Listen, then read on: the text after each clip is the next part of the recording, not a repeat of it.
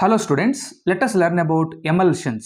So emulsions also colloidal mixtures of two or more liquids that are normally do not mix. So emulsions అంటే కూడా ఇవి కూడా colloidal solutions అండి. But ఇక్కడ ఏంటంటే ఈ టూ కాంపోనెంట్స్ అంటే మనకు బాగా తెలుసు కొల్లాయిడల్ సొల్యూషన్స్లో డిస్పర్సివ్ ఫేజ్ ఉంటుంది, డిస్పర్షన్ మీడియం ఉంటుంది. ఈ టూ కాంపోనెంట్స్ ఒకదాంతో ఒకటి మిక్స్ కావండి. They normally do not mix, they are immiscible. So emulsion is a colloidal solution of two immiscible liquids. ఇలాగ మనం డెఫినేషన్ చెప్పొచ్చండి. Emulsion is a colloidal solution of two immiscible liquids. Okay, then the term emulsion is used when both the dispersed phase and dispersion medium are liquids. ఇక్కడ చూడండి, very important character ఇక్కడ మనకు discuss చేశారు. ఇక్కడ emulsion అనే term మనం ఎప్పుడు use చేస్తామంటే డిస్పర్స్డ్ ఫేసు, డిస్పర్స్డ్ మీడియం రెండు లిక్విడ్ స్టేట్లో ఉండాలండి. ఓకేనా? The dispersed phase and dispersion medium if both are present in the liquid state and that solution is called as colloidal emulsion. Then in an emulsion one liquid is dispersed as droplets throughout the other. అంటే ఒక లిక్విడ్ని, ఇక two liquids ఉంటాయండి, ఒక liquid ఇంకొక లిక్విడ్లో droplets ఫామ్లో అంటే డ్రాప్స్గా disperse అయి ఉంటుంది, డిస్ట్రిబ్యూట్ అయి ఉంటుంది. Okay, examples for emulsions: milk ఎమల్షనే, బటర్ ఎమల్షనే, ఐస్ క్రీమ్ ఎమల్షనే, స్కిన్ క్రీమ్స్ ఎమల్షనే, పెయింట్ కూడా ఎమల్షనే, న్యాచురల్ రబ్బర్ కూడా ఎమల్షనే అండి. ఓకేనా? సో ఇక్కడ మనము we have taken milk as an example. Here we have milk in a bottle. So if you closely observe the milk, this contains water as dispersion medium. So మిల్క్లో major component వాటరే అండి. Water ఇక్కడ ఒక మీడియాని provide చేస్తుంది, ఒక continuous ఫేజ్ని provide చేస్తుంది. ఈ కంటిన్యూస్ మీడియాలో, ఈ కంటిన్యూస్ డిస్పర్స్డ్ మీడియాలో ఫ్యాట్ పార్టికల్స్ మీరు ఇక్కడ చూడొచ్చు. ఇక్కడ బ్లూ కలర్లో ఉన్నదంతా కూడా వాటర్, రెడ్ కలర్లో ఉన్నదంతా కూడాను ఫ్యాట్ పార్టికల్స్. సో ఇక్కడ ఫ్యాట్ పార్టికల్స్ కొల్లాయిడల్ పార్టికల్స్ అండి. ఈ కొల్లాయిడల్ పార్టికల్స్ డిస్పర్స్డ్ ఫేజ్ అంటాం. Okay, so here the fat particles which is liquid is distributed through out the water, that is dispersed media. Okay students, then the diameter of the droplets, that is dispersed phase. So మనకి ఇక్కడ dispersed phase droplets ఫామ్లో ఉంటుంది కాబట్టి liquid droplets. So ఈ liquid droplets diameter ఎంత అని అంటే 10 nanometers to 100 micrometers. The usually exceeds the colloidal range. So colloidal range ఎంత అండి మనకు తెలిసింది బాగా. So 10 nanometers to 1000 nanometers. So this is called as the colloidal range.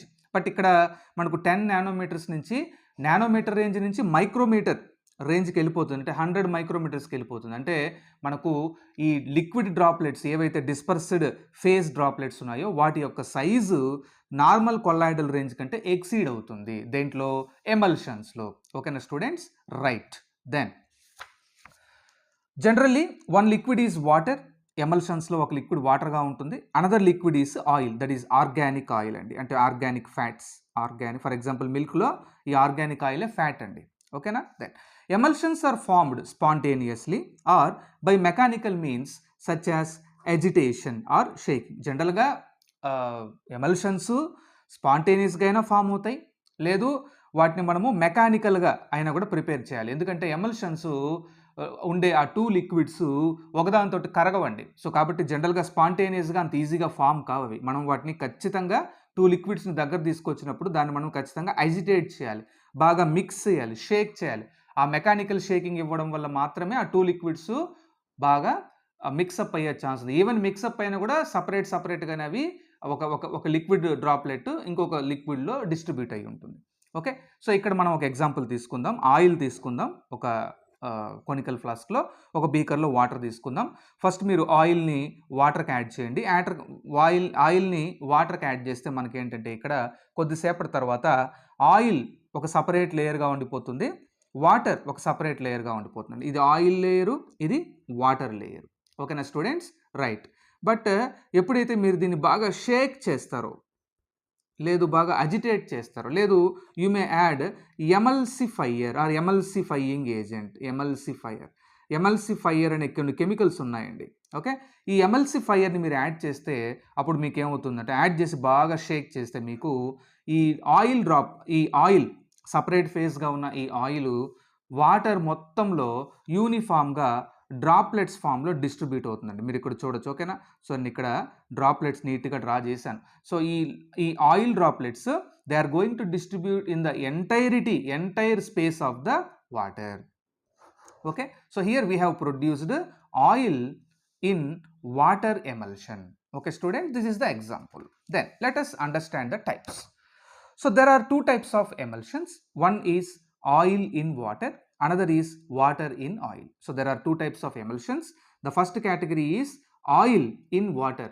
Oil liquid droplets లాగా వాటర్లో డిస్ట్రిబ్యూట్ అయి ఉంటుంది.